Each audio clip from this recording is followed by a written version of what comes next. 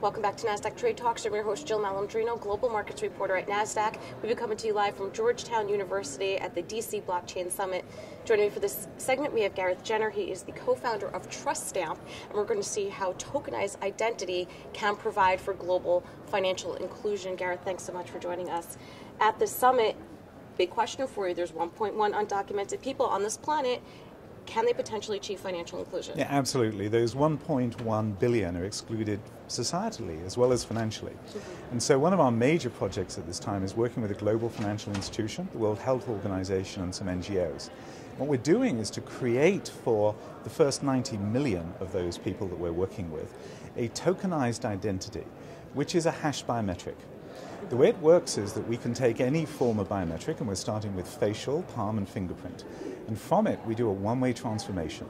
So it can never be rebuilt to identify the person. But what we do is create a hash which is unique to that person. So why use blockchain technology for this specific project? Yeah, absolutely. Well, one of the reasons is that we need to be able to create an immutable way for these people to know they have an identity. When a government creates it, you have registries, you have birth registries. So how are you going to be able to prove your identity? Wherever you are in the world, you need to be able to do so. It needs to be immutable. You can't have some government deciding you don't exist, which is something that happens to groups right now. This sounds like it can go beyond financial inclusion and be applied in a lot of other areas. We're starting actually with vaccinations as one of the first projects. And so there are many infants, unfortunately, who aren't vaccinated. And because families are given a food allowance for bringing their child to be vaccinated, a child could be vaccinated many times. So one of the projects that we're doing is to create this biometric identity for a child when they're vaccinated. We don't store any personal information. But if they come back, we can tell they've already been vaccinated. And so we're able to do that through deduplication without any PII. And so similar projects like this with NGOs all over the world are in the pipeline. Can this work where there's limited internet access? So we've actually built something we call blockchain off the internet.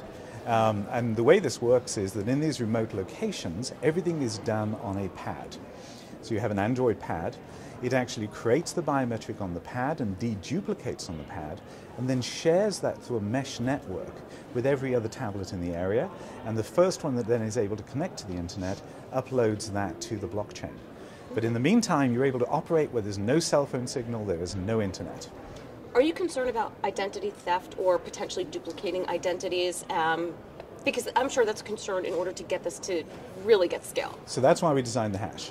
We have proven mathematically that even if you had the hash, our original algorithm and all of our keys, you cannot replicate the biometrics that we used.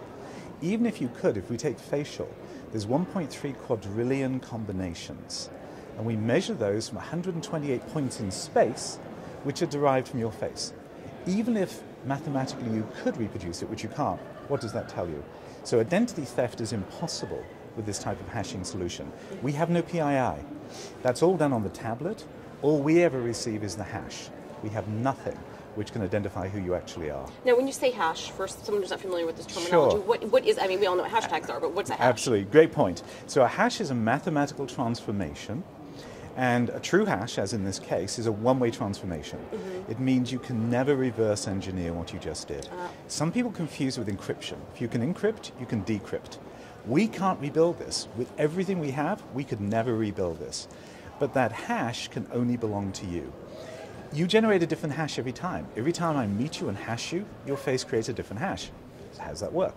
Well, the AI, through millions and millions of faces, has learned to say these two hashes, although they're different, had to come from the same person within a 99.9 reoccurring probability chance. So this hash only does one thing: allow me to know it's you again, or know that you're already in the system. In the UK, we use that, for instance, for the real estate sector, and it's used for KYC-AML to stop investors using false identities. Very interesting. There's a lot of amazing potential here. Thank you so much for joining us. Thank you for the opportunity. You got it, and thank you for joining me throughout the day. I'm Jill Malandrino, Global Markets Reporter at Nasdaq.